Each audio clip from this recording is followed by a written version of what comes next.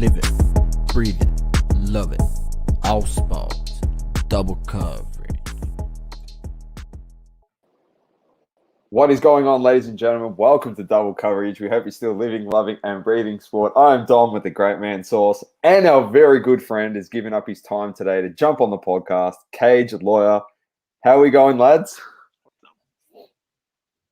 Nice. It's good stuff every time, keep it regular, the same stuff. And, I was getting ready. I got my Star Trek hat on here. I was like, these guys, they always have winter hats on. The last time I came on with them, I put like a UFC hat on. I'm like, let me go winter hat. But then I didn't want you guys to think I was like making fun of like the winter hat shtick. I don't want to I don't want to get into the whole winter hats and with this.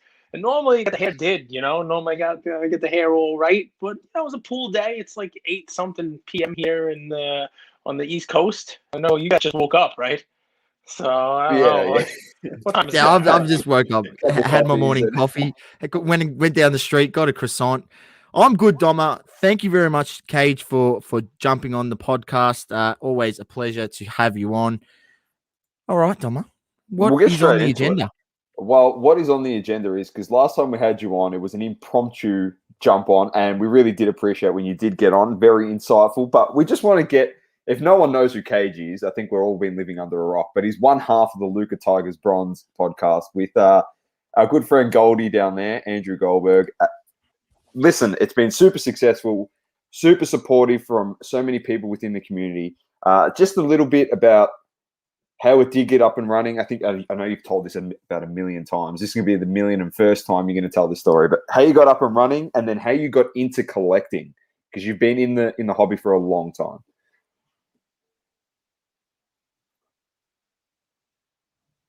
With me on my audio stuff. I got these the AirPods on. Shout it out. I brought in regular corded headphones. So if you need me to switch over. I reckon switch over. Yeah, because it's just doing this lag. The first little bit doesn't.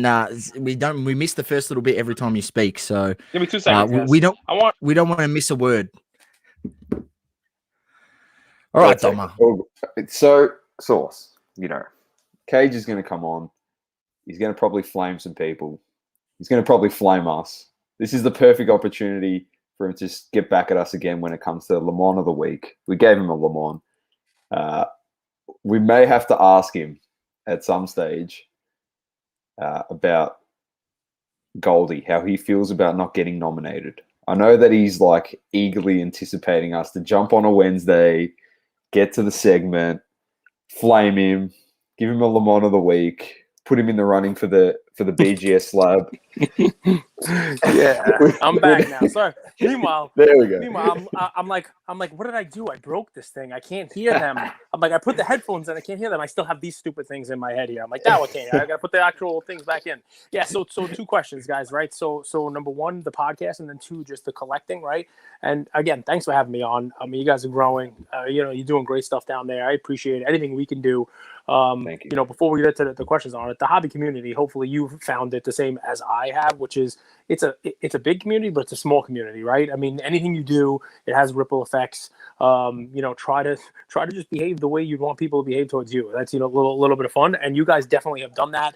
Really engaging stuff, lots of great comments, lots of great content, all kinds of great stuff out there. So keep doing your thing. I love it. And anything I can do to help you, great. So the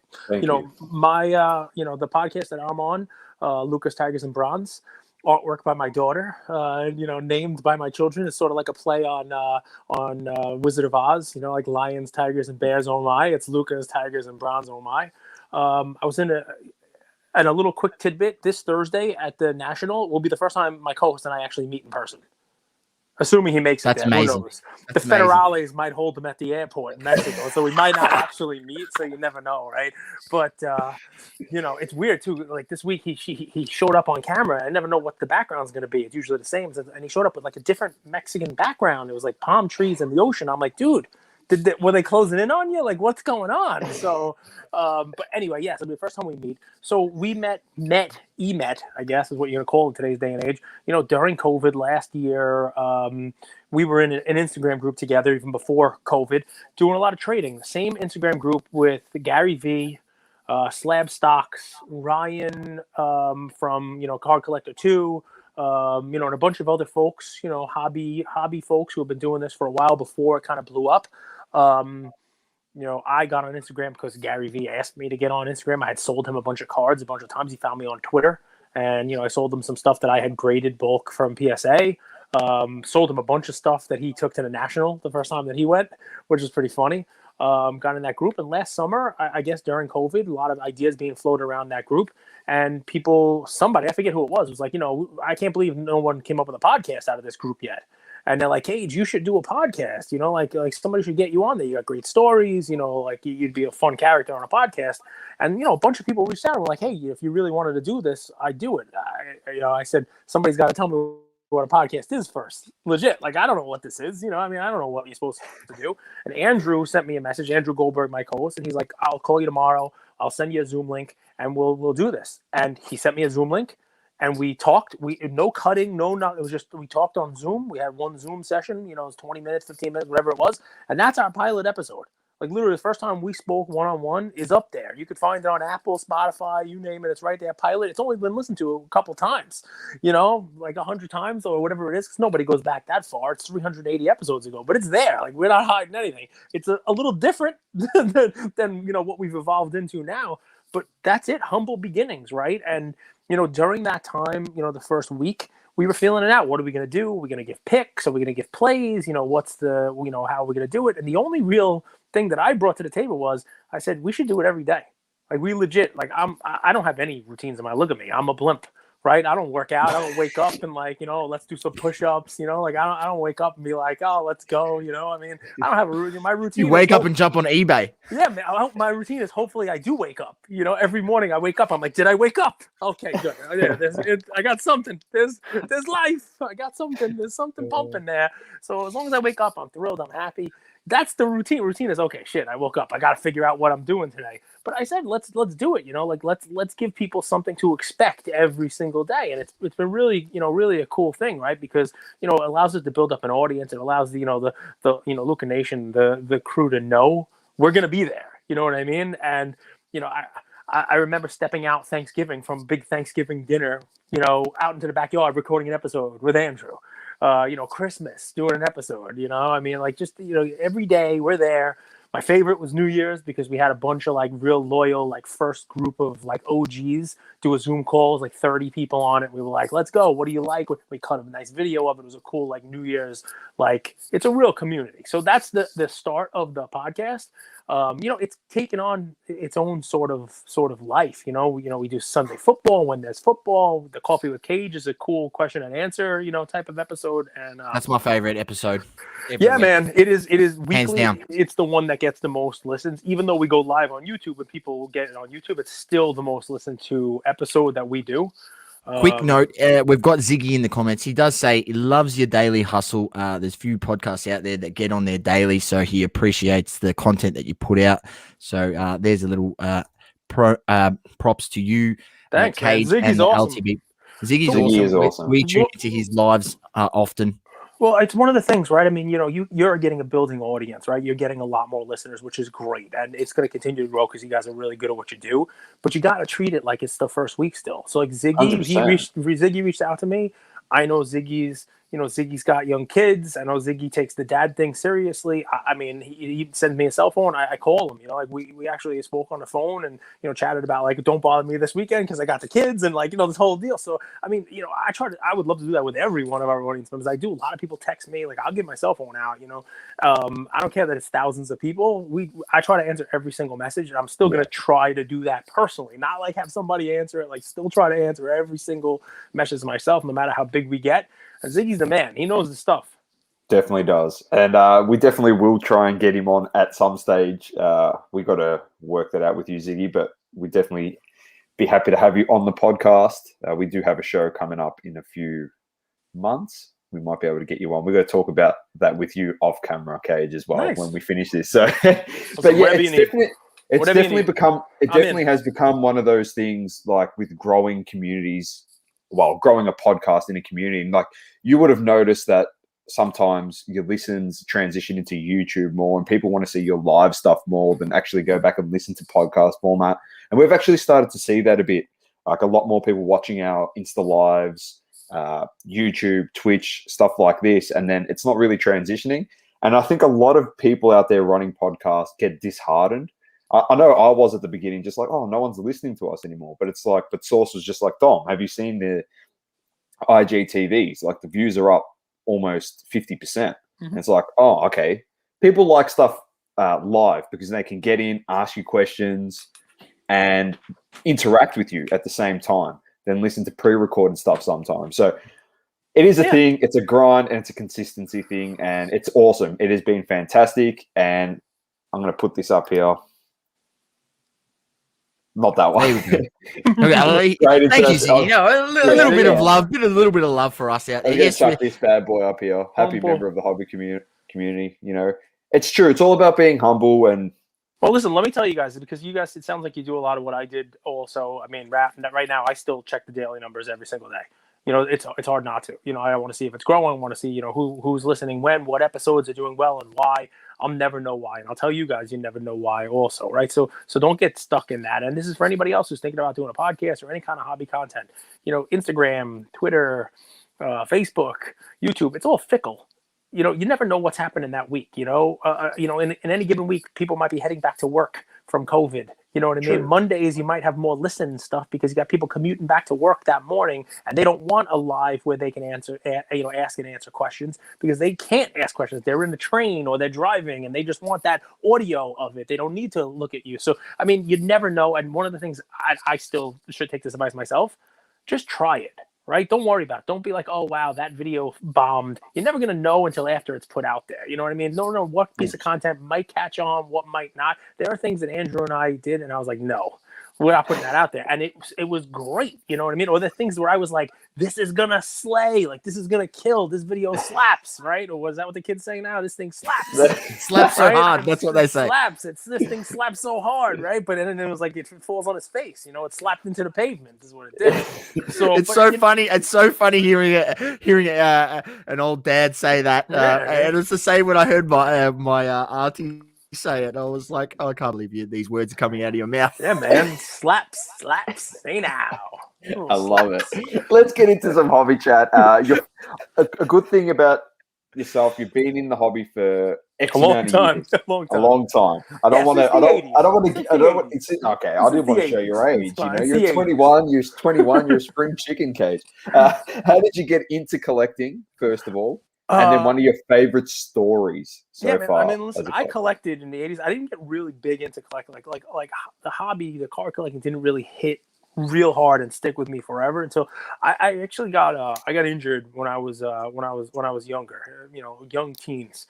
I took a helmet to my femur, my left hip. Here's a nice fun story for folks. I stopped growing when I hit 6 foot tall. I'm like almost 6'1". And stopped growing like real early. I'm the smallest one in my family. My dad was like 400 pounds, 6'5". I got a younger brother who's 6'7". Like I wear a size 15 shoe. I was supposed to be a behemoth, you know, and I just stopped growing. I took right out of the growth plate. I took a helmet heading down the sidelines, knocked the femur right out of my hip. And I have 3 metal spikes like holding my left hip in place. You know, sort of like a sports injury, a lot of fun, right? And that's it. No more growing, no more nothing, like finished after that.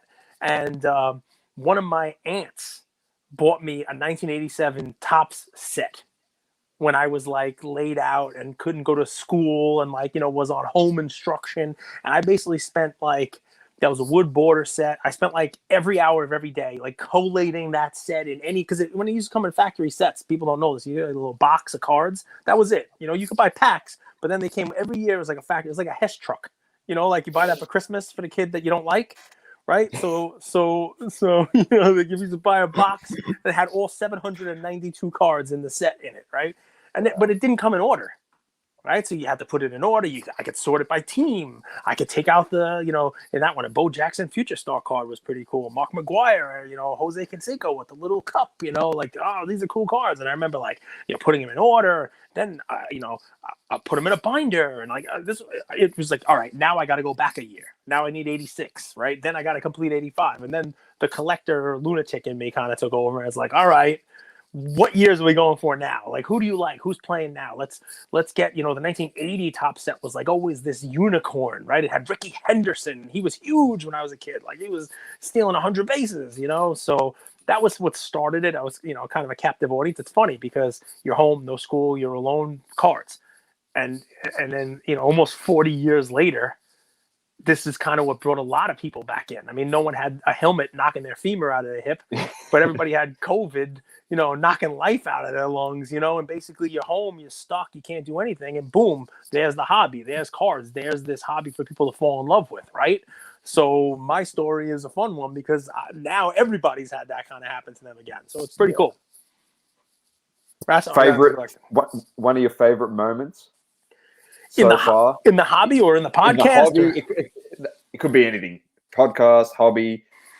So far. I have a fun, when I was a kid kind of hobby story. 1993, Finest Football first year comes out, right? When you were born, right? But it's funny because people, the hobby was huge back then too. It was booming. Shaq had just come out, right? And like everybody was buying. It was like Zion and Luka. It was like, everybody wanted to buy packs of cards. There's a million different brands. The late 80s had Griffey. So I mean, think of the stars that had just come out. Jeter was not huge yet, but he was gonna be. And I remember going to card shows, at big shows, like armory shows, big shows we used to go to, my brother and I. And there was one dealer called Pac-Man. Cool name. I think somebody's using it now, I'm sure, on Instagram. This guy, this was before phones. Forget about internet. This is like, I used to walk uphill to school both ways and go home uphill. Anyway, so I used to go to card show. My brother Pac-Man, though, was well-known searcher. He searches packs. And I don't know if people even know about searching now, because it used to be in the 90s, you could feel a thick card in a pack. You knew what pack it was, and people would buy wax pack at places. And you'd never get a hit from this guy because he was searching the packs. He knew, which packs had the inserts or which packs had the good stuff in them and the whole deal, right? And my brother was like, I saved up my money. I want to buy a Finest pack. And I'm like, idiot. Do not buy a pack from this guy. He's cleaned out his boxes. They're all ripped boxes. They're all going to be leftover garbage. He's like, I don't care. I saved up my allowance. I saved up my money. It was like $10 for the pack. So I'm like, all right, it's your money. You want to waste it on a pack of football cards? Go right ahead. And he opened it up and he got a Barry Sanders refractor. And we were like nobody, and of course the whole show was done because nobody had ever pulled anything good out of this guy's pack. Because everybody knew he was searching his stuff. So I think we may still have it was off center and stuff. It's definitely not a 10, but it was one of these oh man, it was these, wow, big pull at the time. It was a huge card at the time. And even worse, he to this day will tell the story of you guys told me not to buy it, and I got a Barry Sanders refractor. So that's a funny hobby story because he also added my father was there, my brother was there. It was like a family thing, and it's a cool, repeat story.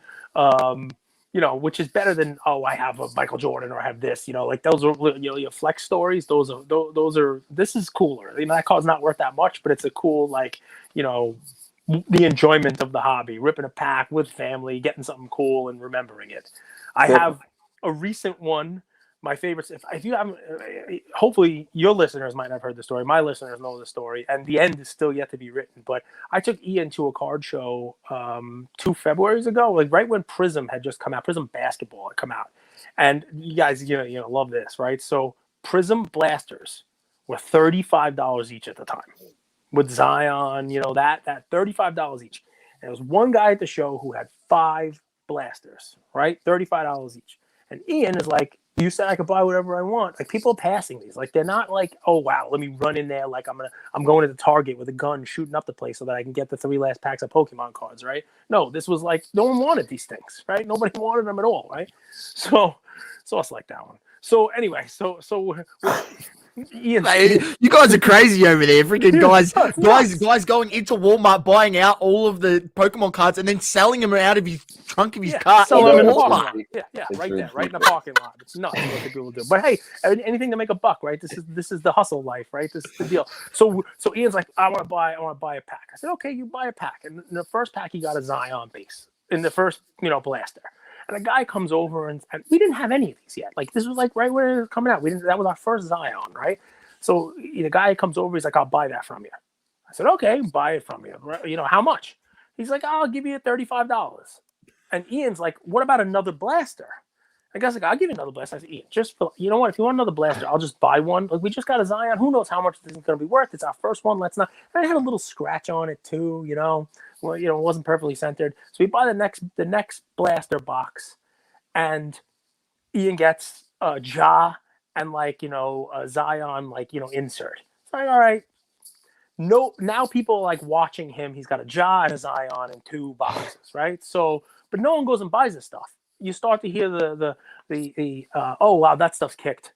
No one should open the next 3, right? No one should open the next 3. Forget about it, right? So I said, Ian, you want to open one more? Whatever. It'll be $100, $105. He says, yeah, no problem. Let's open the last one. Actually, the guy said he would give $70 for the thing, so not $35, $70. So I give him one more, and he gets another Zion base in the 3rd blaster. So I say, Ian, you want to trade one? I give him the one with the scratch. I said, tell the guy you'll take the last 2 blasters. Now, this is like an hour later. These 2 blasters sat there with people like, oh, this kid pulled 2 Zions, like the story of the show. He pulled 2 Zions out. Forget it. There's nothing worth buying there. There's garbage in that. No one should buy those. So we get the 2 last blasters. So we're sitting there with a Zion and a Ja and 2 blasters to open. First one he opens, he gets a Zion silver. And you're like, what the hell? Are you a Ja, Zion, silver? The place erupts. It's insanity. It's crazy. Oh my God, this kid, he's on fire. He was wearing a Gardner Minshew jersey while he was doing this, right? the kid in the Gardner Minshew jersey is going crazy, And I was like, wow, this is a fun story, right? So they're like, you should sell that last box back to the guy. There can be nothing in it now. It's kicked. We graded that silver. He got a 9. So it wasn't a 10, but it is what it is. He opens up the last box and he gets a neon green pulsar out of 25 Zion.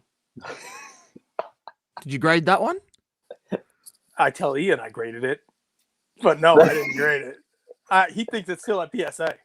I'm gonna have to get him one of these. It was really off center. There's a picture of the card in my bio. I don't know how to use Instagram, but there's one thing saved in my profile, and it's a picture of as the a highlight. Zion. And that's what it's called. There you go. I don't know. Highlight. It's a sport. I gotta get it up. But it's right there. Yeah, Dama, you can't get it up. That's what Sauce tells me. So in any event, so here's the deal, right? So it's in there, and I think I posted a pic, something like, should I sell this or should I keep it? And I think I got like a $6,500 offer for it. Look how off center it is. Like so far left to right. Yeah, look at that. 9 Jeez. at the 9 at the best, maybe worse than that. I think I got it was like a $6,500 offer for it raw and took it. But I tell Ian that is still at PSA. It's been at PSA for 2 years, he tells people. We're still waiting for that back, he tells people at shows, like they recognize him. They're like, you're the kid. And he's like, yeah, PSA still has that. It's not going to grade good because it was really off center. So I eventually... There it is there. Maybe at the National. Maybe the National, I'll have to find one for him. But yeah, that is a fun story too. It's kind of similar to, every once in a while you get lucky. But here's the bad part of those stories. That does not happen often. And it's like gambling, man. It's like chasing that first hit of Coke. Sauce knows what I'm talking about, right? So it's like going to casino. Full sugar version, because once you go full sugar, you can't go back. That's it, man. The uncut Colombian stuff. You know how it is. So, but that one time you go to the casino, you win, you hit the blackjack, you hit the slots, you chase that. So that's the problem. We hit the Barry Sanders, we hit this. Now literally I open something with Ian every Friday during COVID. Like we're in like 16, 17 months. We open a clearly Donruss basketball. You know how I feel about that. It's clearly crap. Yeah, actually got a decent box. Clearly rubbish. That's exactly. Right. So, but every week it's like, okay, where's my Zion? Like this box didn't have a Zion. It could be hockey. He's expecting to pull a Zion out of it because he's spoiled now, So it was like the worst. It's a great story, but the worst. So that's awesome. Hey, look, Cage, at the end of the day, you could find one of these in there. Is that the lemon? Look at you guys. I like it. That's nice. BGS lemon. One of our loyal listeners actually made this for us and sent it to us. That's awesome. See, but listen, guys, you know what? I don't know what that costs. I don't know what that's. It's probably worth nothing, and that's not the point. That is awesome. Like you guys should take a second, nobody does this because you're in your daily grind, man. You know, you're trying to put out more content. You know, you're worried about what you're going to do this week, what guests you're going to have on, what the numbers are. Take a second because that's awesome. Whoever that guest is, I'll thank you for doing that because that means that, you know, you guys are providing value for that person. You know, that's someone who checks in on your episode. It's somebody who, you know, who really appreciates what you do and wanted to make sure you knew that. And that's a good thing. That's really Adam. Adam from Beats and Breaks. That's his Instagram account. Zudo in the comments says it's going straight to card porn. Apparently, hey, it happens. Card porn, man. They talk about knowing how to really build up a following, man. They're huge. I mean, I used to say when we came into this, like, you know, what could you really grow a hobby account to? And there were some hobby accounts out there, like Ryan, you know, Car Collector. What's he at? Like 60,000 followers, right? I mean, I'm not talking about like Steve Aoki. Obviously, he didn't get that following from doing cards, right? You know, but you know, there are 50, 60, 70,000, and that's the elite in the hobby.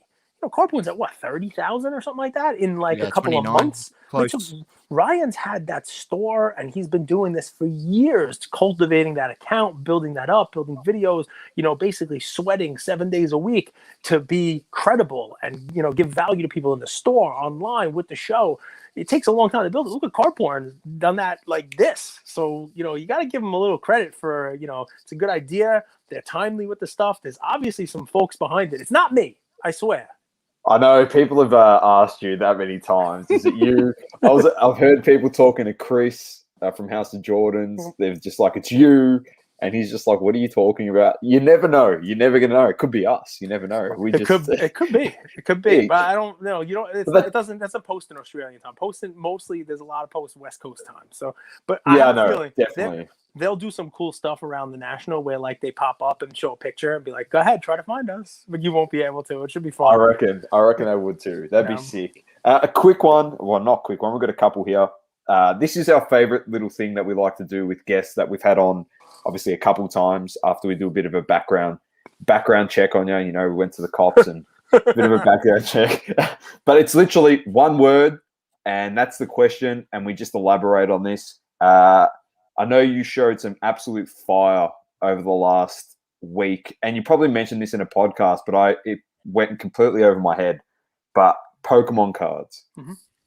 I saw you posted your first edition Charizard 1999. Obviously, it didn't show the grade. You can reveal that if you like. 9. It's the only one in the set I have a 9. I got a 10, by the way, for every other card. I have a full set. So the Blastoise was a 10? Yeah, the Blastoise was a 10. That's it. I have the whole set. The Charizard's a 9. And I was the underbidder on a 10 today. So a lot of people don't know a 10 ended today, which is why I tried to steal it. And then I wound up probably building up a comp. Heritage Auctions is one of the few auction houses that does sports and comics, but has live auctions. So the auction ends online, and then they have a live auction. I'm on the phone making a bid. But it was me and one other bidder from 165 up. Nice card, really good centering, front and back. It's all about on the back, how much, you know, and those edges around the blue, that how affected that is. But what did it end at? So out of the curiosity? negative on this one, Sauce, and you're right, is that one, it is an old label, like an 06 label. So like a real old label, and it had the slightest white, you know, the top corner around the edge, kind of one little fleck on the top edge. I think if PSA got it and, you know, recently, they probably would still give this one a 10. It was one of the better ones that has come up recently. There was one on eBay recently that was pretty terrible.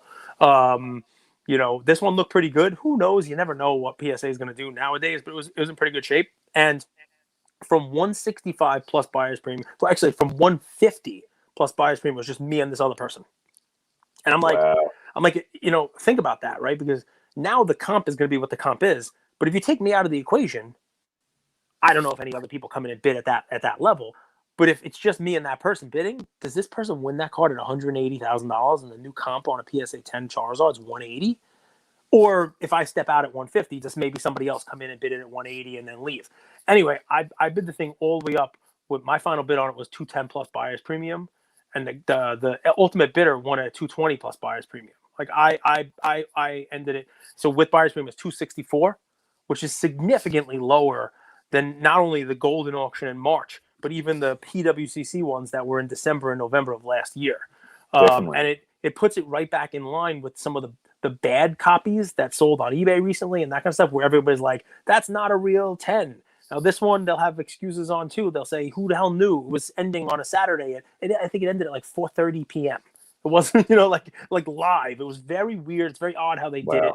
But obviously there was one person who was like going to beat whatever bids I put in. And I'm like, all right, I'll beg out, because what if I find one at the National this week?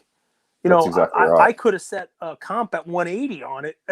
Now I'm just bidding this up and making the comp higher for no reason. And unless I tell this story, no one's going to know. It's just me and this other idiot who bought this card that are bidding it up, and it might even be worth less than this. They just look at the comp, So there's a lot of layers to comps as well. People don't think about that stuff. But yeah, I need a 10 for the complete set. I've thought many, many times about selling the rest of the set and just buying the 10. I also have a 9 that is legit. That 9, that's like the nicest 9. It's all graded last year. It's like one of the more recent grades. A year and a half ago now. And PSA is not giving 10s out. They actually have given some 10s out recently, but I have a feeling they were celebrity breaks. And I'm not a celebrity, so not yet. I'm not like you guys. So, but I'm gonna bring that 9 to National, and I may hand it over to PSA and be like, fix this. That's it. That's what I'm gonna say. That's it. Just fix this. So go ahead. You've got you collected Pokemon cards. Yep. Is it just $19.99? Have you gone further into other sets and collected anything else that were iconic cards? Maybe the Lugia. Have you got that in your collection? So I'll tell you what I expanded to, right? So Pokemon, it's interesting, right? I'm too old for Pokemon, right? So I did not. I made fun of the Pokemon collecting kids, right? Because I was older. I was ready. Pokemon was after me. But my son really likes it, and he was watching it, Netflix, you name it. So that's why I looked at it and I'm like, okay, this is too cheap. Now the mistake I made was when I started building that set 3.5 years ago, I didn't just buy the Zard right away. But the thing was, and just like now, the Zard was legit half the set. So I'm like, I'm not going, I can't even say, I'm not spending $45,000. In 2018, 2017, you could have got it for $20K. Yeah. So I stopped, and once I started, I got about 10, 15 into the set. Zard was available for like 40. There was one crappy one on eBay that no one wanted to take. It had a description on it that was like, don't ask me for pictures of the back of the card because Charizard is shy. That was what he said in the description. It was like 36 grand. It was in the UK. And someone obviously bought it, and it's going to be part of a set somewhere because I don't know if it got banged around while it was in the case or what the story is, but obviously it had some garbage in the back. But somebody bought that. That was there. And I selling a $36,000 card and not put a photo of the back. Somebody bought it because you're a lemon. That's why. That card, people will just buy the case, and that's what you've seen recently on it. Also, that's part of the set. Lemon, exactly. To them. Well, so yes, I didn't want. I'm like, I'm going to spend $100 grand on this. I'm not putting 45 right off the bat on the Zard. Let me see how close I can get, and don't worry, the Zard will always be there. I'm still in the same boat. I did buy a 9. When I found the Blastoise, the guy had a 9 Zard available, and I paid 5 for the Blastoise and 4 for the Zard 9. So not terrible. Those were not the first cards I bought. I was buying Pikachu for a couple $100. Yeah. Yellow cheek. I was not paying a lot of money for the Pikachu. I was buying. I remember. It's funny. One of the cards I bought for the set, I still have it. To just tell you how easy it was to get Pokemon and Pokemon good grades. Believe it or not, it's a crappy card. It's the Pokemon Center card. One of the later cards, right? I bought that for $35 on Amazon while I was on a plane. I was trying to get extra JetBlue points for shopping while you're on the plane. And I'm on Amazon. I'm like, look at this. I use this on my set. It was $35. Free shipping, 2-day Prime. Hell yeah, let's take it. Wow. There you go. That's crazy. I got this one here. This is from Ziggy, just for you. He said, don't forget about our small people when you're the godfather of cards. Okay. Dude, the Godfather is nothing without his consigliere and a whole army of people with him, right? And Godfather's a good one, too, because it's family, right? And it really is. This is a hobby family. And the people part of Luka Nation, the extended family, you guys, you're in some of our IG groups as well. You really got to treat it like family, right? You could forgive a family member maybe once. Exactly. This is a good one from Ziggy. When are we visiting the States? How do we fund a double coverage trip to the USA? Hell yeah. Well, I've been there a lot. So myself, Saucy, I don't think has ever gone to the States. It'd be good, actually, if we can go together and I can show him around. I've been to New York a couple times. Sweet. Which is good. How do we fund it, Ziggy? I'll tell you how we fund it. out of our pocket, or we get sponsorship. Funnily enough, StockX actually messaged us during the week and asked if we'll go into the national, and I said no one can leave the country. We're in lockdown, and we come out of lockdown hopefully Wednesday with COVID and stuff. So yeah, not looking good. I don't think travel till probably the end of next year to actually leave the country. You guys were on lockdown and couldn't even go to the show in Australia. Yeah, but since then, Cage, we came out of that lockdown and we had restrictions leading up to going back to a COVID normal. And then we lifted the restrictions 2 weeks ago on Monday. And that Thursday, we've been in lockdown again. Wow. So we had freedom for 3 days. And then we went back into lockdown. Oh, I love lockdown. It's a sticky subject, Cage. It's a sticky subject. There's a lot of different opinions out there. So we try to steer clear of political stuff on this show. But that's to answer your question, Ziggy. That's where we're at over here in Australia at the moment. But hopefully, our goal, Sauce and I, is to come down to a national and meet everyone, like meet you in person. Next year is in Atlantic City, he said, and Atlanta. Isn't that one of James Harden's favorite places? There's quite a few joints here. The Atlantic City's outside of New York, isn't it? Yeah. Atlantic City. No, Atlanta is in. Okay. So there you go. See, there's my geography skills. Absolutely terrible. Sorry. Listen, if James Harden came to Atlantic City, which by the way is not far from where he plays for the Nets, he would love Atlantic City too. It's got a lot of the same kind of stuff. He'd probably get a ban off from this. He would do fine there. But yeah, Atlantic City. I will be in Atlantic City 100%. That's like an hour and a half, 2 hour drive from where I live. So that'd be pretty awesome.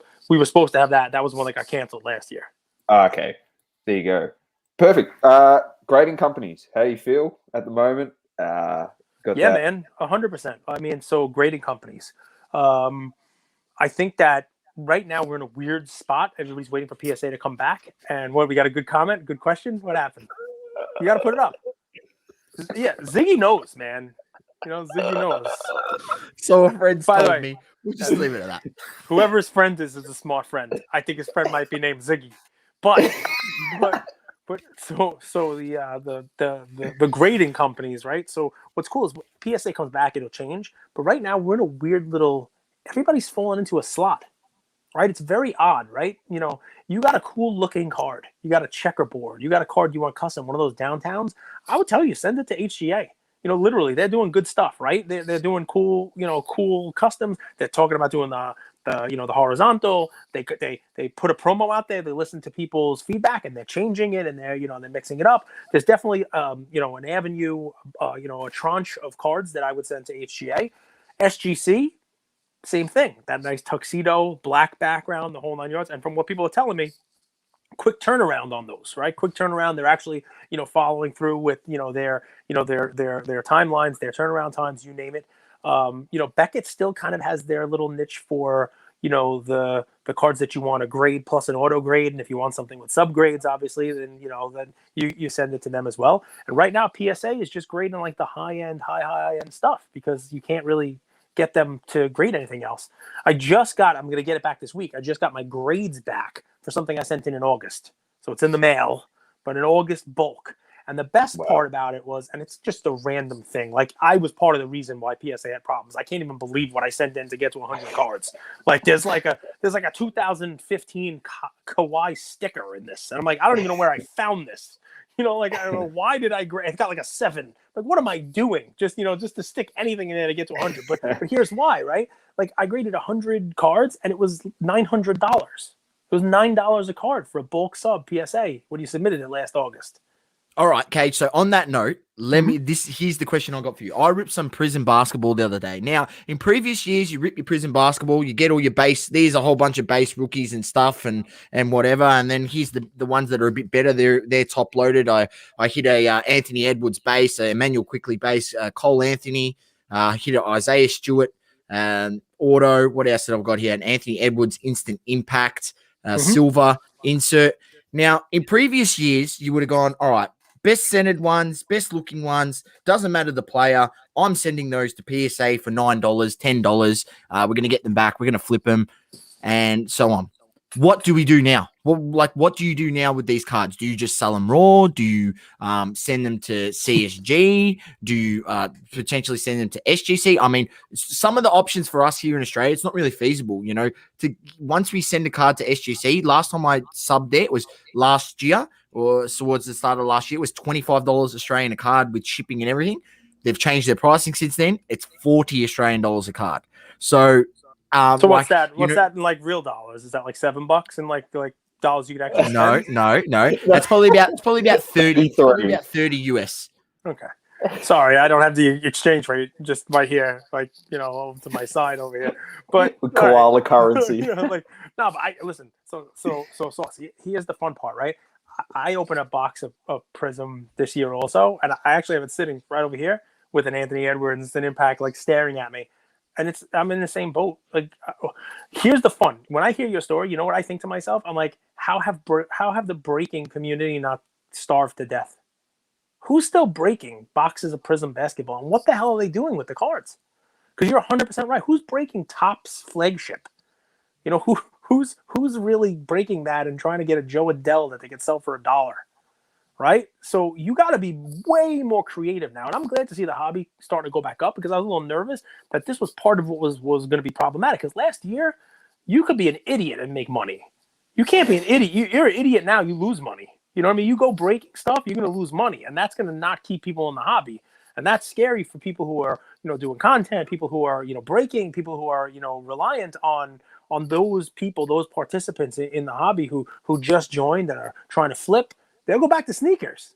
You know, they'll go back to mugs or whatever the hell else that you're being told to flip. Garage sales like Gary Vee. Yeah, garage sales. I mean, so, you know, people follow the easy money. It's like water, right? You follow the path of least resistance, right? That's what they say. So honestly, I have answers for you. You got to get real creative, and it's going to depend on the card. But listen, how about Wiseman? To me, he's like that. You know, I'm sending Edwards. Right, I'll send an Edwards in but do I send Wiseman in for grading? Like, do I send them to Star Stock? Like, where, you know, there are cards that would be a guaranteed bulk sub, $9, $10, $12, whatever it was, send it, you know, because whatever, you'll figure out a way to do it. And so many people made a killing on that. Like Topps Chrome last year, baseball. You sent in your Bichette's, your Gavin Lux's, your Kyle Lewis's. You knew when you opened that box, didn't matter. Open as many as you give me. I'll take them. I'll buy them, because you know when those cards come back, you're going to break even. And if you happen to hit a monster, you're doing well. That was what cards were. And this is, I mean, I did like a whole, like, I'm nervous for the hobby, the whole House of Cards bulls, you know, because I thought with PSA doing this, we'd have some problems. But as long as you're not greedy and you're not expecting a 5X immediately on every single thing you grade, you just gave a list, right? I mean, I would consider sending Edwards base cards to any of those grading companies, whoever's going to give you the best turnaround, the best price, the whole deal. But don't expect a 10 to fetch what a PSA 10 would fetch you. That's the only caveat to us, right? And if you happen to get a 9 from one of those grading, you got so it starts with you, right? You, the consumer. One, deciding whether or not it's going to be worth it for you to break that box. And a lot of times the answer's got to be no, right? So, and that sucks. I'm sorry, but we got to be as honest as we can with the people who are listening, right? If you do decide you're going to break it, right, then you have to be the one pull those cards out. That Edwards, you better get a magnifying glass out. You better get a nice little, you know, flashlight. You better get a lighted magnifying. You better know when you're sending these cards in, 9 is not a break-even card anymore. Used to be 9 was a break-even card. So you were like, all right, I don't send it in. If I get 9s, I break even. 10s, I make my money. You know, no one was getting 8s. Now getting PSA subs back with 5s. So I don't know what the hell we're doing, right? But yeah, so a lot of this it's not easy. It's not, you know, you gotta look at the card, you gotta make sure it's gonna grade well, and then you gotta think, is this still a card? Add on what you're gonna be into that card when it comes back. Assume it's a 10, that's fine, because you've just done your due diligence and you've looked over the card, right? But what now you're in it 40 Australian plus what you paid for the card, the whole deal. What's it selling for? And then knock a peg down, right, because by the time you get it back, everybody else has it back. It's probably selling for less because there's more supply out there. Yeah, exactly. It's getting to that point where you're grading cards, and the grade on the card, when it's a 9, you're losing $10 on the. Yep. It's ridiculous, and it's got to the point where we said it a while back that the potential for raw cards to have a market for themselves again, because it's so costly to grade, could come back into the mix. You just start like swapping and selling and doing deals just on raw cards. They don't have to be graded because it just costs so much. And maybe the grading is for like the upper echelon cards, like you're saying, for PSA, to send to PSA, sorry.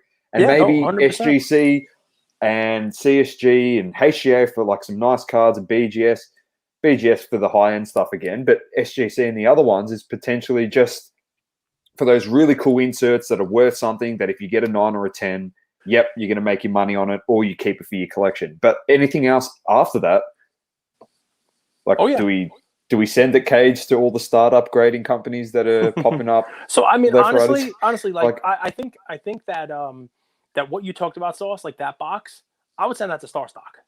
Right, it's gonna be a quarter a card intake. I'd send some of those rookies there. They're gonna sell. As long as you're not in a rush to sell. Like I get those in there in the off season, I'd wait for Isaiah Stewart to have a good game, and you sell it then. I don't know what else you do, especially some of those base cards. They're gonna sell. You sell it for a couple bucks. A lot of them, they might not even be worth the quarter intake on the cards. Maybe take those to a show. You walk in. I now go to shows. I never did this. I now go to shows with a cardboard gold box filled with penny sleeved up card savers of cards that I would have otherwise graded. And I say, hey, anybody interested in Raw? Take a look. I would have graded these. If you want to wait till you can grade these, or wait till the dust settles on grading, more power to you. You might make some money on this. I'll give it to you at a discount, because you already saved me money on grading and time and the whole deal. I mean, you just got to be willing to take less, man. That's where I actually mentioned this on a podcast a while back, where I think there might be a point where people don't want to wait on grading the cards. So, if you're someone like yourself, been in the hobby for a while, you've graded thousands of cards, people know who you are, maybe you've got a bit of an Instagram following, they see that you sub a lot, and you go to a show and, you've got cards in the card saver, and you're like, well, I was going to grade these.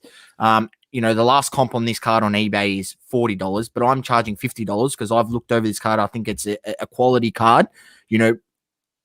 I would have graded this, but I don't want to wait for grading. But I'm happy to take $50, $10 over the last comp, whatever it may be. It's a bit more of a premium, but they're there at the show. So once again, they do their own due diligence. They would, if they have a look at it at the show as well. You've had a look at it, and you could charge a little bit more on a raw card because you believe it's a quality card that's been able to be graded. Yeah, like raw I card thought review this is kind of thing. Yeah, sort of like a raw card review as someone in the hobby. So I thought this is where maybe that there might be a little bit of a market for that sort of stuff, when you take things to shows. But I think, it's funny enough, I was in one of our group chats that I'm in with you, Cage, and this morning, and someone said something about, if it ain't PSA, don't send it my way or something like that. And, rhetoric. Same Kendrick Perkins line. And it's funny because I said, I think people need to come to the realization that there needs to be a spread of cards going to all grading companies. I genuinely don't think there's going to be a point anymore where anyone's going to send an Aaron Naismith base Prism rookie to PSA, right? Would you send that to CSG? Yeah, maybe you would, because you can send it on a $12 sub. So that's where I think, people need to realize that even when PSA decides to open their bulk, because, Nat himself has said he wants to find a way to serve every collector,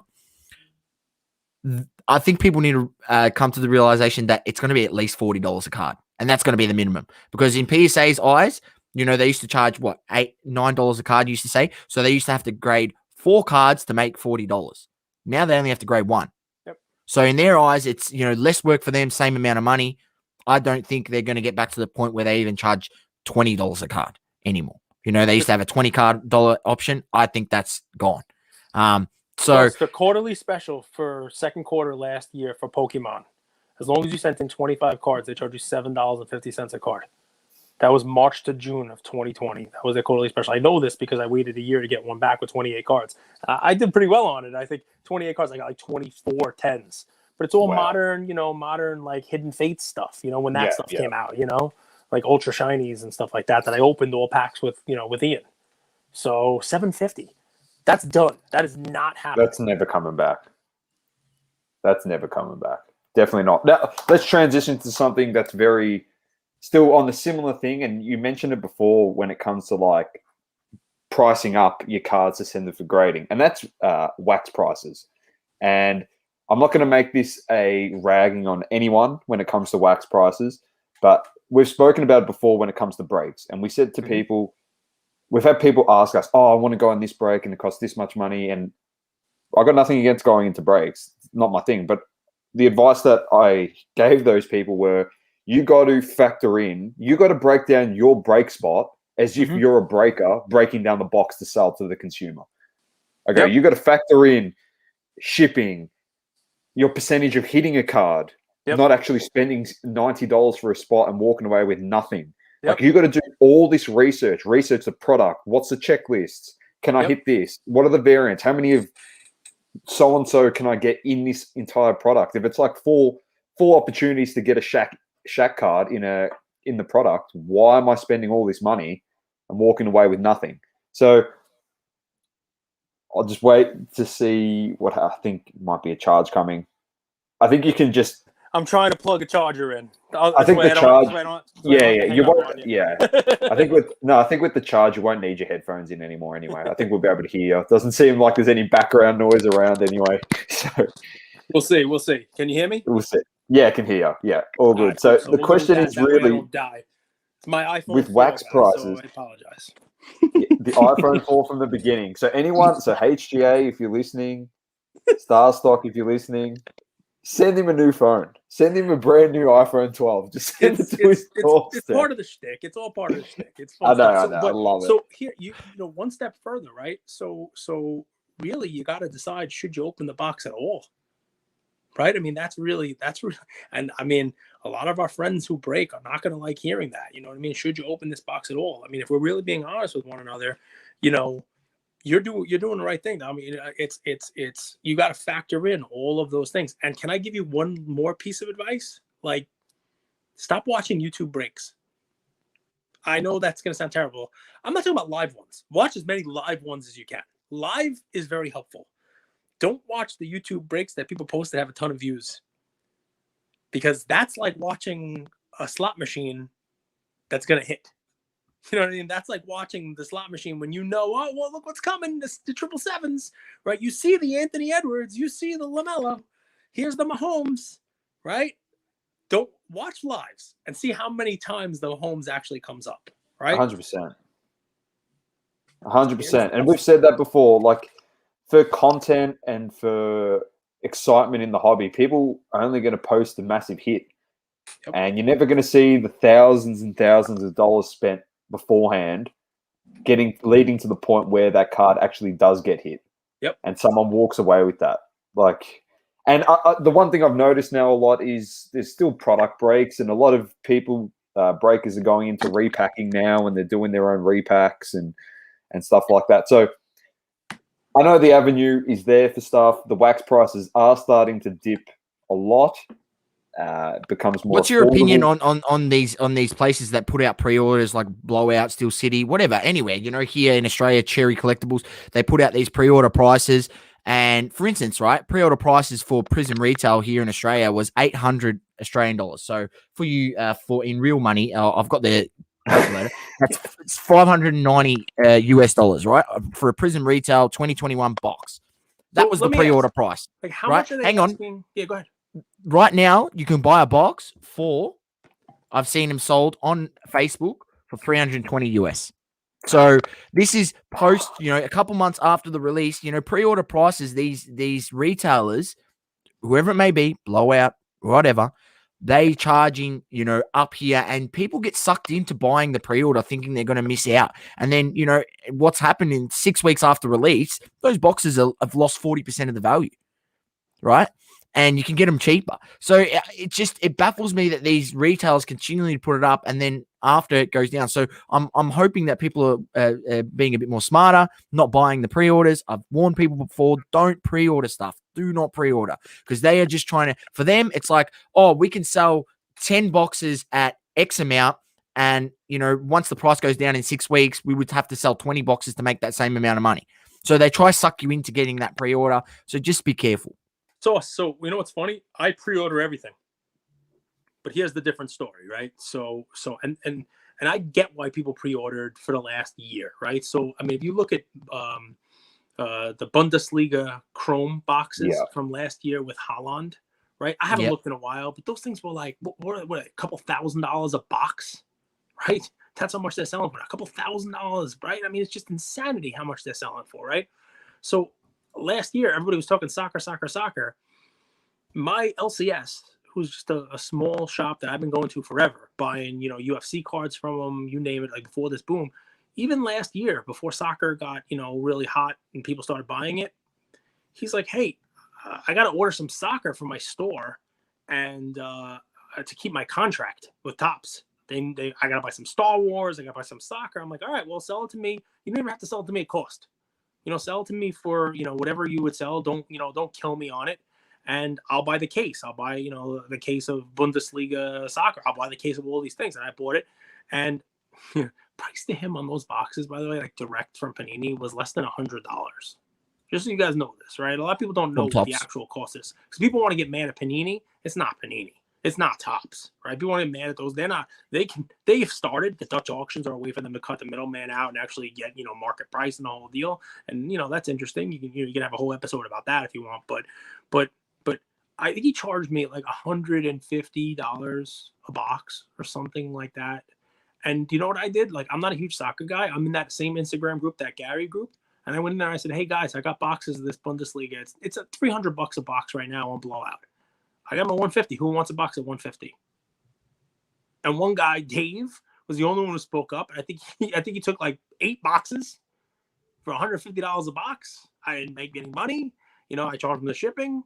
And there you go. He found a way to get a box, half of what Blowout was at and the whole deal. Like, so they're at last sold between $430 to $500. Okay, so Sauce, I'm talking about 1920 with Haaland rookie. 1819 or 1920? Yeah, that's the one. The first Haaland one. That's only $400 a box. 430 last sold on the 14th of June. Really? For hobby? I might go buy some of those now. Yeah, I thought these they were like thousands of dollars. I guess things have come down a lot, I guess. Who the hell knows? But even that, like $150, the same thing. I did it this year. Same guy, Dave. I'm like, Dave, you bought them last year. You want them? Go right ahead. Here you go. They're all yours. So I would say try to find an LCS who's not greedy. Try to find somebody like my guy. Now that was your soccer, but like, you know what? I paid $300 for a box of Prism Hobby this year, $300 American, right? When they were $1,000 on release day. But you know what? I tell him I'm opening with my son. I'm not a middleman. I'm not going to resell it. I'm not looking to make money on it because then he's not going to actually like let me get it. Most people are trying to get over on somebody. They're trying to find somebody to sell it to them cheap so that they can resell it to somebody else. So, don't expect a bargain if that happens. And Blowout, I don't blame them, right? Because the last couple of years, you could say they're selling stuff expensive now. The last couple of years before this hobby boom, they were selling stuff cheap. They were selling stuff. They couldn't get rid of stuff. So let them make whatever money the market allows them to make while they can is my take. But I get it. What your lesson here, Sauce, is that don't look at last year's prices that have run up and expect you now got to get in on the pre-order because this year's cards are going to go flying like last year's did. That's not going to happen. That's not the market we're in right now. And you pre-order with Blowout for twice what it's going for on Facebook groups, you're going to get killed. So I get it. Trust me, I do. Luke's actually got a question. He said he'd like to hear how soccer is going in the States. Are boxes flying off the shelves? A single sought after? Not really. This guy, my local guy, just offered me Bundesliga finest boxes, cheap. And I'm like, I don't even know if I want them. Because the Bundesliga last year had, it had Reina and it had Haaland and it had those guys. And this year's Bundesliga was like, who? Bellingham and, what's the other guy's name? Moosecock? Makoko. Makoko. Yeah, Moosecock. That's what you wanted to say. I love it. They don't sell, if he's got Topps Chrome Champions League, I reckon that's the better product to go for. I got that. I think I have one box left. I sold that to the group also, $150. Yeah. There is a lot of new products, Ziggy, in the soccer space, and I think that has a bit to do. They're seeing soccer's a bit of a market, but I think they need to try get more of that product over to the UK, over to the European sector of things. I think that's where they should be trying to push some of that, more of that product, get more supply over there. Because we've spoken to a few friends, and I follow some people in the UK on Instagram, and they go into their their hobby store, like their like Walmart area that sells like a Target thing that sells cards, and they go to the section and it's just stickers. There's no cards, it's stickers. That's it. Right, still to this day, and the cards boomed up, and this guy still walks into his Target, and they don't, there's no, Premier League blasters there for him to buy or anything. So I think that's the step for these companies. They got to get the supply over to the European sector, because that's going to what's drive the soccer market, because that's where majority of the fans are. Let's be honest, right? Yep. So I think that's a big push they need to do. Definitely. I think enough on wax prices, or we're going to get too hyped up. Just last one on something to talk about, and then a few quick rapid suggestions for some hobby areas. And then if anyone's got a question they want to ask yourself, Cage, we can quickly answer those. But the National, you are going. I've got 2 questions regarding this. Taking out Goldberg, who are you most looking forward to meeting in person, and what are you going to be searching for at the National? So let's see. So the first one I'm going to cheap out. So we have an IG group of people who are going. So Luka Nation guys who are going, guys who are in our OG groups, guys who have been listening since day one, and, guys who are putting together a fantasy league for us, guys who I've spoken to over a Zoom or text or in a group. And I definitely want to do something with that. We don't have a table, we don't have a booth or anything like that. That'll be next year. But that's a like an 11-way tie, or however many people are actually going. That's, those are the folks I want to meet. There are a lot of personalities that I've gotten, to meet in this, from Adam Lefko, who I think is now in the city. I'll probably bump into him at Bleecker Trading, to the card ladder guys. I mean, those guys put out great content. I'd love to meet those guys, because, I've probably taken a couple shots at them. I might take a shot at everybody. If I don't, then I don't like you. But they put out great content. I would just love to meet them, shake their hands and say thanks, because, they're not charging me for anything. I mean, except for the card ladder, professional account. But, they do the crossover episodes that come out live. They answer questions. They let me make a fool of myself in the chat sometimes, so I'd love to, say out of those, basically anybody. I mean, half that Instagram group that I've been in that started off the podcast, I've never met Ryan in person. I've never met the Slab Stock guys in person. I've been on Slab Stocks, twice, doing, YouTube videos with them, talking about Derek Jeter's cards before I even had a podcast, there's a lot of people I've, talked to and known for years. And it'll be cool to, shake hands, give a hug and, say thanks. Because really, it is a huge thanks. I mean, I my solo Instagram page is growing. The podcast gets a lot of listens. We're able to bring value to a lot of people, I think. I think we got a really good thing going, a really great community, and it's because of a lot of these people, who put us out there and gave us a shot. And we're references, so to speak, right? If you took professional world, right? When you're starting off, it's always good for, a Slab Stocks or somebody to come on your show, somebody who has a bigger following, right? So, I'd like to see everyone and thank them all for the role they played in kind of growing us. Don't worry, Cage. When you're not providing value, you get one of these from us. We keep you in line, mate. Don't worry. Guys, listen, I can't control the Australian government, but I'd love to get you over. Like, I would consider, if you could, are you able to, like, sneak out? Can you get on, like, a boat or something like that? You can't, like my brain is like doing one of these. Like, we got a refuge to the States. Can you go on walkabout? Can you, like, swim? I got like 3 boxes of Finest Champions League sitting in my basement. We could do a break. We could do a double coverage break. Like, you could have all the proceeds to pay like a coyote to take you over the border. There are no borders in Australia. Like, what's the border of Australia? Are you gonna go like New Zealand? Sea.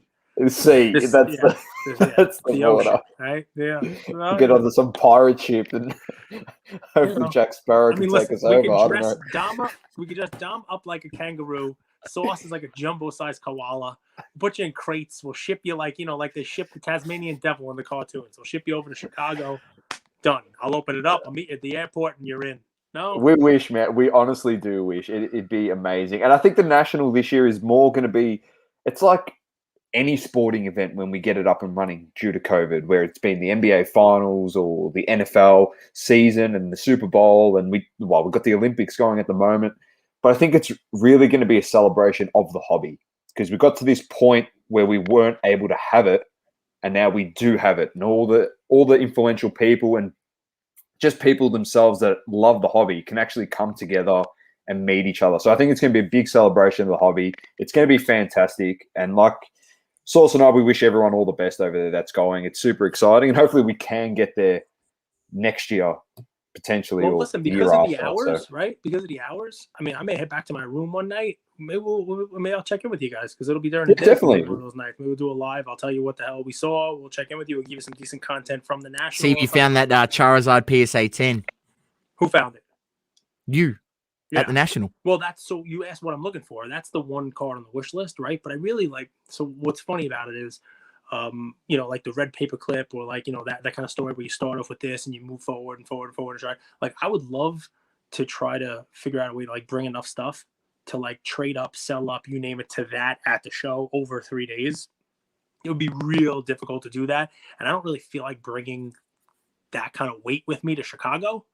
We'll see. We'll see what I have with me. But yeah, that would definitely be a nice add.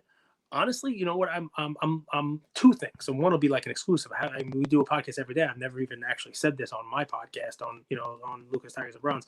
But first, what I'm looking for, I've heard that at the National, if you can't find it there, you're not going to find it anywhere. Like, it's a big enough thing where you're going to find anything. And I don't know if you saw the Car Porn Heroes video I did, not just the Bleecker, post with the picture, but I did like a video. It's called Car Porn Heroes, little hashtag.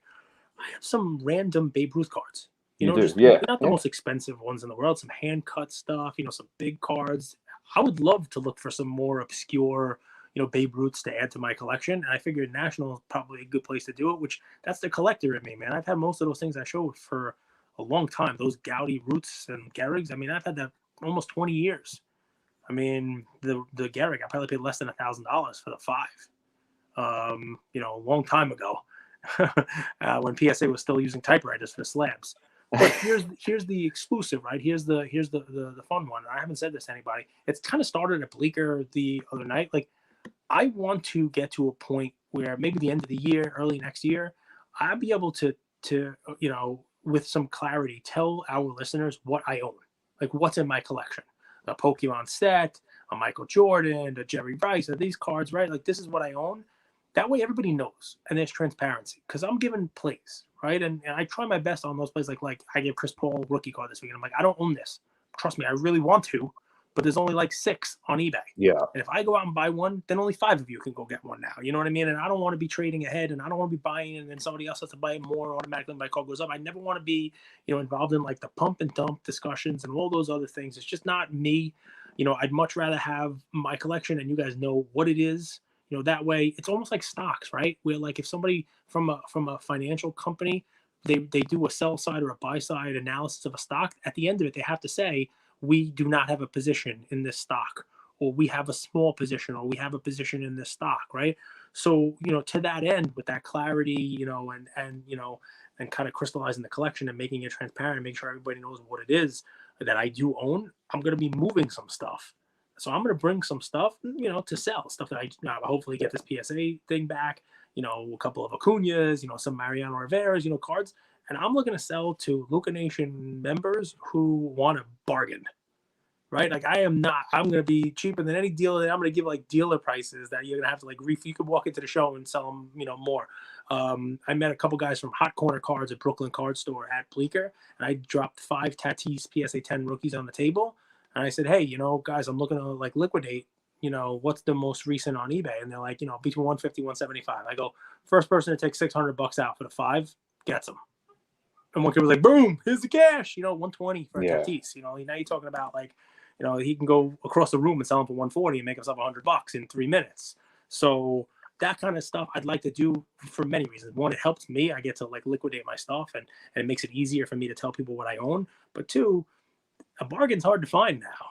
Definitely. You know what I mean? You know, so there's one thing I have noticed is people trying to liquidate a whole bunch of stuff, obviously lead up if they're going to the national. Yep. There has been some really, really good deals across IG if you've been looking. Oh, yeah. You know, people literally offering $80 under last comps and ridiculous stuff. And it's like, well, if you're a buyer and you're not going to national, someone like me, I couldn't help myself, but took up a few of these opportunities to buy some cards and got a good deal. Like, happy for them to get some money because they want coin to spend at the national, and happy for me because I got a good deal and works out for both parties. So 100%. I think that's one of the good things about the hobby. People are happy to take a little bit less so they can reinvest it into something big at the national, which is good. It's kind of one of those pieces of advice you give, right? Leave a little meat on the bone for your hobby, bro. And they'll do the same thing for you, that way. I mean, I will tell you, the Jordan that I flex in pictures, I only have that because the deal I made right before it was a deal that I did not try to squeeze every dollar out of the buyer. And the buyer contacted me back and said, I have this Jordan. You were a gentleman in our deal, and I know you have the money to spend on it because the deal that I sold him was more. So you want this Jordan, And I'm like, hell yeah, let's do it. So, I mean, really comes back full circle, doesn't it, Cage? Yep, it really does. It always does. Ant says he's going to go to the national next year because he wants to meet hopefully to meet card porn in person. I'll be there next year. He goes, hopefully to meet card porn in person. Dude, listen. I don't know, Anthony. He's either a genius or a genius. Right, so I mean that's what I gotta say about Anthony, because I mean, look, card porn's good for the hobby. It's also good for accounts. I mean, look, I wouldn't poke him just to poke him because then ultimately people see through that. But Anthony has some points. You know what I mean? As long as you have some points and you believe what you're saying, and and you could back it up, go ahead, take him on, and and get some press. The Wharf Sports Cards did it for a while back there as well, and I remember Card Porn posted in their story like, okay, I guess we got to give the Wharf their 15 minutes of fame now. So I mean, it's not the worst thing in the world, Definitely not. Anth also said at the Sydney show he gave a father and his daughter 10 free Marvel 1990 cards. I remember he was telling us that story, which is awesome. 2 weeks later, that dad DM'd him, said it was her daughter's birthday, and he bought $400 worth of Marvel cards from Anth. So it pays to be good in the hobby. 100% it does. Yep. And there's a lot. The good definitely outweighs the bad. But as we've always said, there's bad in everything that you do. Doesn't matter what sector. There's going to be someone that's sketchy. Like we saw that bloke steal the card last week at Dallas. Like there's always going to be people like that. So it's just be a grateful community, help each other out, and it does do full circle. Now, let's move on. Last two things. NBA season is finished. NFL season is coming.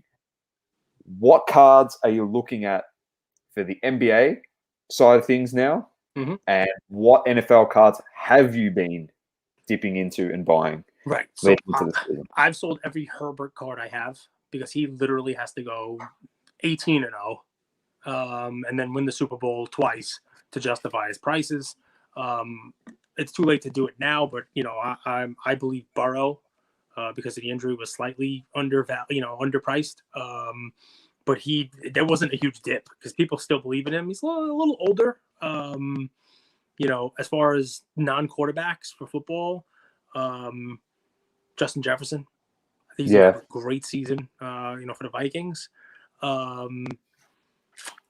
Football's tough, man. People, it's funny. This was the first year I didn't see like a huge drop off in football prices. There wasn't that whole like, okay, there's a time here where it's like the preseason dip buying has, you can get in now. No, like there wasn't really a dip, and now it's starting to move back up. So football's a real interesting one. A lot of new quarterbacks in different places. I see people believe in Sam Darnold. I say, please take my Sam Darnold cards. I don't care where he plays, unless he doesn't show up and, Joe Montana from 30 years ago wears the Darnold jersey. I'm not buying Darnold cards. But yeah, I mean, some guys, maybe coming back from injury and stuff like that, might want to, take a look at. Saquon Barkley's cards as a running back. Yeah. That guy was like the best thing besides a quarterback. And he got hurt, maybe Daniel Jones gets another year under him and doesn't suck. It doesn't let the turf trip him as he's running for a touchdown. Barkley is a low risk kind of potential high reward type of play. I've been looking at his stuff. Josh Allen, I think, is a little expensive. So I've been selling whatever Josh Allen stuff that I have. So that's a couple of buys and sells. Basketball is easy, man. You could look on stories now, just like Sauce was saying about people looking to make some money for, for national. You can get Zion Prism PSA 10s for like just over $300. I'm telling you, like in the threes, low threes, if you buy them in bulk, because everybody's either looking for national money or looking to get in some football cards now and the whole deal. And do I love the Zion card as a long-term hold? Absolutely not. But during the season, there'll be 20,000 PSA 10s. It's definitely not the rarest of rare cards. But you get that 300, 325, 350. I saw stories today, 325, 350. I don't know how many they had, but that card, I understand, right? It's a base card, it's Prism base, and everybody doesn't like Prism base until people start talking about Prism base again. Until people see that Giannis's card is going back up. Is it back up to $7,000? No, but it is going back up from where it was. People will see Luka's card go back up. That Zion, it doesn't have to go back to $1,000, right? You can go back to the 500 it was a year ago, and you've just gone from 3 and change to 500. You made 30, 40% on your card, and I'm telling you, sell it before he even plays. I'm saying buy that now when everybody's doing their fantasy football drafts and sell it in the hype right leading up to the season. That way, if he blows out his knee, it doesn't matter. Your card's gone. Like, I'm not even telling you, forget about long-term hold. I'm telling you, buy now and sell before the season even starts. Same thing, Trey couldn't have had a better year. I mean, yeah, I guess if we won a championship, it would have been better. But Trey had an amazing year this year, and his cards were less than they were in the beginning of the season. I've been looking at some Trey stuff. All these guys, the names that people are going to try to look at that have just been beaten down. And I don't care that it's Prism base 10s. That's fine. That's fine. What I would tell people to stay away from are the Prism base cards from this year's Prism in PSA. Because so few of them have been graded, so few of them have come back that the prices are still escalated. They're still inflated because the pops are low.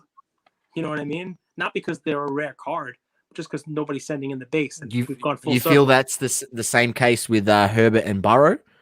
That situation there with the pop being so low. I'll bring up something here interesting, right? So these are 3 guys that I'm comparing. I've got the Herbert base PSA 10, the Burrow base PSA 10, and a Russell Wilson Topps Chrome PSA 10, right? Russell Wilson last sold for $584. Last sold on the Herbert was $700, and the last sold on the Burrow was $430. Now, out of those 3 guys, I think I'm going to buy the Russell Wilson at $584 every day of the week. So the pop on the Russell Wilson is 1,046, and I don't think that's going to get much bigger. The pop on the Burrow is 1,160 and 1,467 for the Herbert, which is going up. Great comp, man. It's a great comparison because the pops are pretty close, and look at who's done what, right? So here's what's fun. Why this is a great chart is it depends on what kind of investor you are, right? Because Russell Wilson's been playing since 2012, right? So he's been in the league 10 years. Right, he's already done probably most of what he's gonna do. Right, could he win a Super Bowl? Sure. Is he favored to win a Super Bowl? No. Could he win an MVP? He's always kind of talked about as an MVP. Maybe he wins one. Right, maybe he wins one. Maybe he wins one more Super Bowl. But I think what people looking at this chart who are a little younger maybe might tell you, who are a little more Herbert happy might tell you, is the upside on Russell Wilson's cards are capped. Right, and Herbert, if all things break right, wins. He's Tom Brady, and he can win multiple MVPs and multiple Super Bowls, and the card doubles, triples, quadruples from where it is now. That's what people are hoping when they put the more money into Herbert than they're putting into Russell Wilson. Now, I, being somebody who has watched football for a long time and realizes how hard it is to do what Tom Brady is, that break you watch on YouTube that hits the 101. Right, Tom Brady is the one that's fool's gold. He's the one that makes people think Herbert has a chance to be. No one has a chance to be Tom Brady. There has never been a Tom Brady before, and there may never be a Tom Brady again. What he's done is amazing. Right, guy's not much younger than me. I can't even get up in the morning, and he's on a football field, being chased around by monsters. Right? I mean, come on. So that's the problem. I love your Russell Wilson thought, because to me, there's still upside in that. Because if Herbert and Burrow go up, what the chart shows you right there is people are going to be looking at it and say, well, Russell Wilson's got to go up too. But the downside risk is not there for Russell Wilson. He's already done. He's already won, right? He's already won the Super Bowl, right? He's already done what he's going to do. And he's already gone down as, a perennial MVP candidate. Whereas Herbert, he may stink it up this year. He may turn into Sam Darnold. Who the hell knows? He may get hurt. It happened to Burrow, right? He may get hurt. And all of a sudden, you can lose 50%. You're not losing 50% of your Russell Wilson money. So it really depends, right, on where you want to put your risk, what kind of risk you want to take. And honestly, I never really said it like this before, but it's what's fun to you. People always talk about like the fun and the hobby, right? Buy what you love, right? It's not about the card you love. It's what are you trying to replace, right? Are you trying to replace the blackjack that you used to play? All right, buy Herbert. Buy Joe Burrow. You like slow and steady? My mother's favorite game in the casino was she used to make sure she broke even all the time. She walked right past the slots. She walked right past roulette. She walked over to the payphone. You guys know what a payphone is? Yeah. She put a quarter in. She hit the return. She took the quarter out. She put a quarter in. She stayed there for an hour. She never lost $1. Right? Some people, that's the kind of risk they want to have when they're gambling, right? So Russell Wilson is like the payphone, right? These other guys, they're like, you might be able to turn some good money on it, but you're also risking a little bit more than you are with that Russell Wilson. So, well, at one point they were well up over $1,000. So the Wilsons. The Wilsons, here we go, peaked at $1,775. So what was that during the season last year? Was that when this is sort of like, what's the date here? This is October last year. Yeah. So in the beginning of the season, a couple weeks in, he looked like he was going to be a runaway MVP candidate. He started that season off like on fire. Hot. And people are like, this is going to be the year. They're not going to be able to deny him his MVP this year because he's a runaway MVP. He's going to get the MVP. And then obviously Rodgers won it. So that but you know what that shows you, Sauce, is that even though there's downside there, right? People who are in Herbert for $700 now would be thrilled if it goes to $1,700. And what you just saw is that the Russell Wilson can go to $1,700 just as easy because it did last year.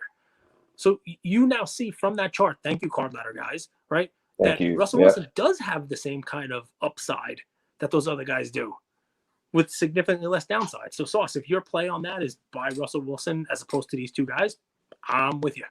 Double down on it. Yeah, I just think the pop, with it being a 2012 card, I think the pop on that's not going to grow much more. That Herbert, who knows? That could get to 10,000, 15,000 like the Luka.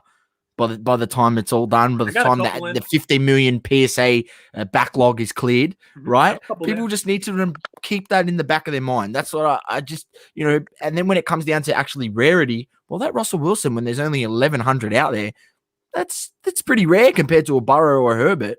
So your Sauce, you got it. So I'll tell you, I'll leave your listeners and people watching with my take on it.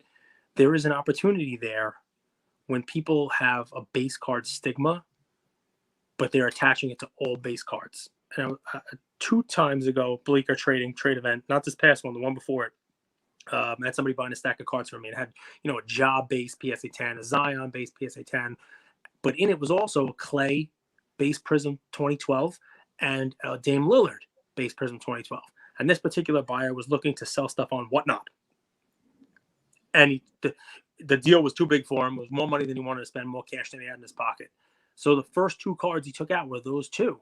And I said, I asked why. And he goes, the Whatnot crew doesn't care that the pop on these is low. They just see that it's a base card, so they don't want it.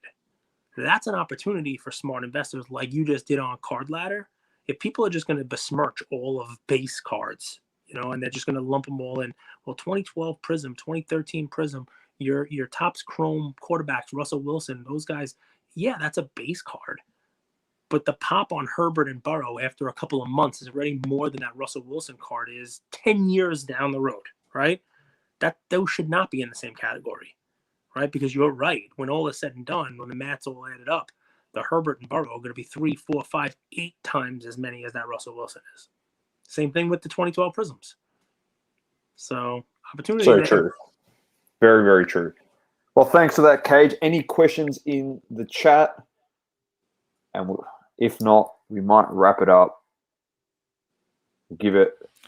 Ziggy's had to tap out. He's had to tap out, and because he's got the he's watching the UFC fight, which I've brought it up on screen here. It's Dillashaw versus Sandhagen. Dillashaw looks like he's getting absolutely lit up. His face is full red, blood everywhere. That's there it. You go. We got a new Red King. Move over, Rory. I think that's it. Thank you very much, Cage, for your Thanks time. for joining We us. really do appreciate it.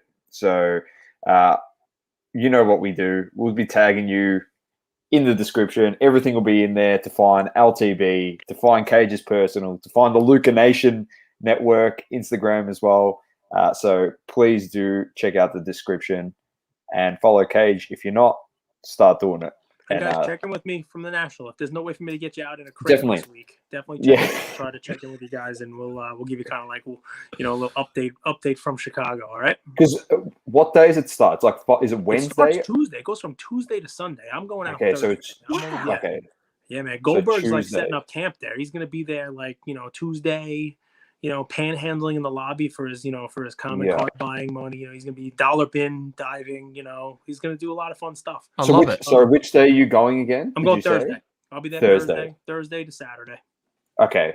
Thursday to Saturday. So Sunday here will be Saturday there. Saturday here will be Friday at your time. Right, so you lost me. We've got some our week. Yeah, I know. Our weekend, we've got some opportunity there. I think Lou as well said potentially to do the same thing.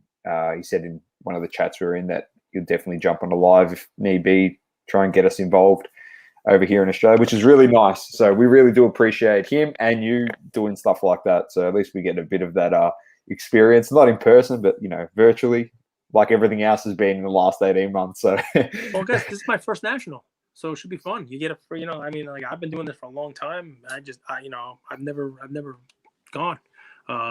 So it should be fun, man. I'm going as a collector. I'm going as a content provider. We'll go as who the hell knows what the hell else.